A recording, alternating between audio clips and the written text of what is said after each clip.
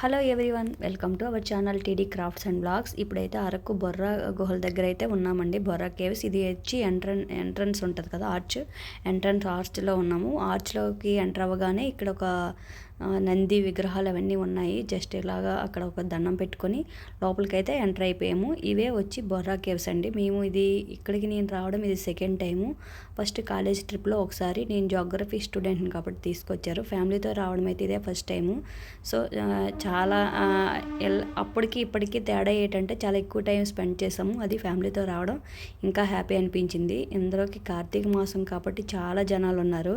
ఎందుకంటే ఈ గుహలు ప్రకృతి సిద్ధంగా ఏర్పడ్డాయి కాబట్టి ఇక్కడ ఇదంతా దేవుడు చేసిన ఇది అని చెప్పేసి చాలామంది పెద్దవాళ్ళు అయితే వచ్చారు, పెద్దవాళ్ళు కూడా. సో లోపలికి వెళ్ళగానే పైకి మనం ఎక్కగానే ఒక శివలింగం అయితే ఇక్కడ వాటర్ డ్రాప్ పడి ఒక శివలింగాకారం అయితే ఏర్పడింది. ఎస్పెషల్లీ ఈ కార్తీక మాసం కాబట్టి దాన్ని చూడడానికి పెద్దవాళ్ళందరూ వచ్చారు.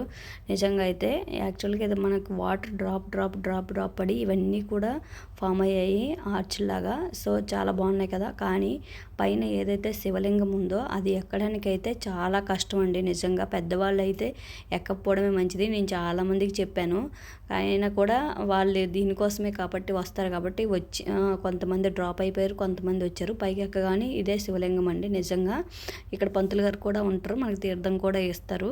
ఇవి యాక్చువల్గా అక్కడ వెలిసాయి అని చెప్పేసి అంటారు. అది ఎంతవరకు నిజమో ఏమో తెలియదు, కానీ అలా డ్రాప్ పడి ఇలా శివలింగ ఆకారంలో ఉన్నాయి. అక్కడ గుడిలాగా అలా చేశారు, పాములు అన్నీ కూడా పెట్టి. సో అందరూ కూడా కార్తీక మాసం అవ్వడం వల్ల చాలా ఎక్కువ మంది కూడా ఈ శివలింగ ప్రత్యేకంగా చూడడానికి అయితే వచ్చారు. తర్వాత అక్కడి నుంచి అరకు మేము రిటర్న్ అయ్యేటప్పుడు ఈ వ్యూ అయితే బాగుందని చెప్పేసి తీసాను. చాలా బాగుంది కాబట్టి అక్కడ. అలాగే ఒక వాటర్ ఫాల్స్ కూడా ఉన్నాయంటే వెళ్ళామండి. రియల్గా చెప్తున్నాను, వాటర్ ఫాల్స్ ఇంతకన్నా మంచి వాటర్ ఫాల్స్ అయితే దగ్గరలో ఉన్నాయి చాలా. వెళ్ళండి. ఈ వాటర్ ఫాల్స్కి అయితే అస్సలు వెళ్ళకండి, ఎందుకంటే చాలా కష్టం అండి వెళ్ళడం కూడా. ఇంత కష్టపడి అక్కడికి వెళ్ళిన తర్వాత అట్లీస్ట్ మనం అక్కడ స్నానం చేయడానికి కానీ అట్లీస్ట్ కొంత టైం స్పెండ్ చేయడానికి కూడా అవ్వదు. ఎందుకంటే అంత చిన్న ప్లేస్లో ఉందన్నమాట. మీకు వీడియోలో ఎలా కనిపిస్తుందో ఏమో తెలియదు, కానీ చాలా చిన్న ప్లేసు. అక్కడికి వెళ్ళడం కూడా చాలా కష్టం అనమాట. చాలా పైకి ఉంది. సో ఈ వాటర్ ఫాల్స్లో మనం స్నానం లేడీస్ అయినా పిల్లలైనా అస్సలు చేయలేరు. జెంట్స్ నెక్స్ట్ యంగర్స్ ఉంటారు కదా, వాళ్ళైతే కొంతవరకు చేయగలరేమో. వాటర్ కూడా చాలా కూల్గా ఉంది. నేనైతే ఇదే ఫస్ట్ టైం అక్కడికి వెళ్ళడం. నేను చాలా ఫీల్ అయ్యాను, పిల్లలతో ఎందుకు ఇంత కష్టపడి వెళ్ళామా అని. తర్వాత అక్కడి నుంచి వచ్చేసిన తర్వాత పద్మావతి గార్డెన్కి అయితే వెళ్ళామండి. పద్మాపురం గార్డెన్కి. అక్కడ కూడా ఫ్లవర్స్ అనేవి చాలా తక్కువ ఉన్నాయండి. యాక్చువల్గా ఇక్కడ ఫ్లవర్స్ చూడడానికే చాలామంది వెళ్తారు.